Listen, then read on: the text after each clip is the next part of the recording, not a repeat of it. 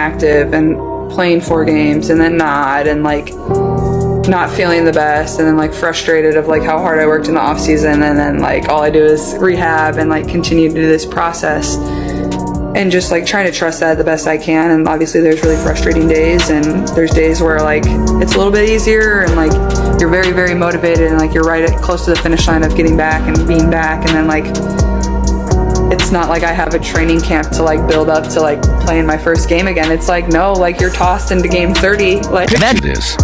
The WNBA wakes up to whispers that its brightest star might come with... If everyone can stop the pearl clutching for just a minute, and I say that as a turn of phrase, not because it's women's basketball, you'd realize this is the best thing imaginable for this league. And listen, I said this back when Caitlin was at Iowa, and everyone was, I thought, being overly protective of her, and I thought a lot of that had to do with like, oh, this little white girl in a black sport. And I was like, man, she is a badass and a trash talker and gives it as good as she gets. Picture this. The WNBA wakes up to whispers that its brightest star might come with an expiration date, and it reads 2026. Rumors are swirling. Experts are dropping doomsday predictions about Caitlin Clark's future, and the league is reacting like someone just canceled coffee. Between shocking theories and wild insider chatter, this isn't just a sports headline. It's chaos dressed in basketball shorts. Buckle up, because this story might be wilder than a triple overtime buzzer beater. This is something that do not be surprised that President Trump speaks on with that kind of audience that is protective of a Caitlin Clark and what she stands for and what she represents. And they come to a conclusion that they believe she is being unfairly treated. That is going to be a problem for the WNBA. And based on Trump's history with the NFL and him being an obvious sports fan, goes to events and stuff like that, he pays attention to this kind of stuff.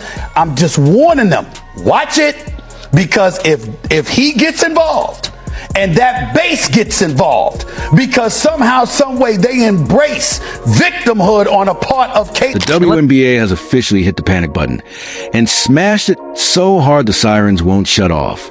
Not over a blockbuster TV deal or some once-in-a-lifetime dunk, but because reality is setting in. The only thing standing between this league and YMCA Rec League vibes is named Caitlin Clark. Take her out of the equation, and suddenly the product looks like a shaky YouTube clip called My First Day at Basketball Camp. The math is brutal. No Caitlin, no Cunningham, no Ho, no me, no you. What's left? Angel Bert's empty chair and a couple of dusty foam fingers from 1999. She is an object of scorn for good reason. She's awesome. She's swaggery. She does turn your home crowd into a road crowd. She is a frustrating player to guard, all of it. And if she is, for some of these teams, a bit of a villain, that's sweet. It only will make her better. She is already one of the 3 or 4 best players in the sport, as a lot of us thought she would be in short order.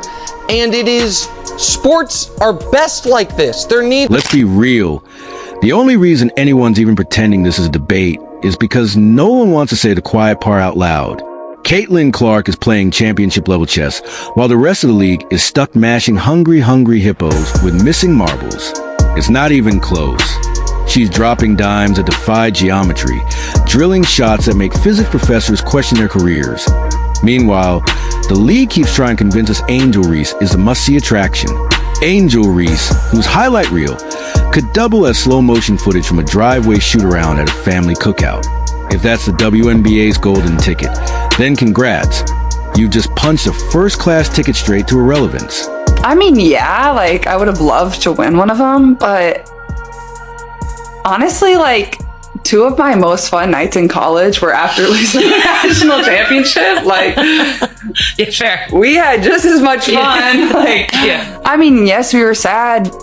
We would have loved to win one of them, and I think I would have loved to win one of them. Not so much because, like, okay, yeah, like I win one of them, we get like a ring, whatever. Like people celebrate, but like honestly, I think people celebrated us just as much as they did if we, didn't win. Obviously. Let's be real. The only reason anyone's even pretending this is a debate is because no one wants to say the quiet part out loud. Caitlin Clark is playing championship-level chess, while the rest of the league is stuck mashing hungry hippos with missing marbles. It's not even close. She's dropping dimes that defy geometry, drilling shots that make physics professors question their careers. Meanwhile, the league keeps trying to convince us Angel Reese is the must-see attraction. Angel Reese, whose highlight reel could double as slow-motion footage from a driveway shoot-around at a family cookout. If that's the WNBA's golden ticket, then congrats. You just punched a first-class ticket straight to irrelevance. If everyone can stop the pearl clutching for just a minute, and I say that as a turn of phrase, not because it's women's basketball, you'd realize this is the best thing imaginable for this league. And listen, I said this back when Caitlin was at Iowa, and everyone was, I thought, being overly protective of her, and I thought a lot of that had to do with like, oh, this little white girl in a black sport. And I was like, man, she is a badass and a trash talker and gives it as good as she gets it. And Here's the uncomfortable truth nobody wants to say out. The truth is, people watch the NBA or elite college ball when they want to see real basketball. They watch the WNBA for two reasons: Caitlin Clark, or because their remote batteries died and they're stuck on ESPN2. The league knows this, but instead of facing reality, it buries it under layers of forced hype and whistle-swallowing officiating.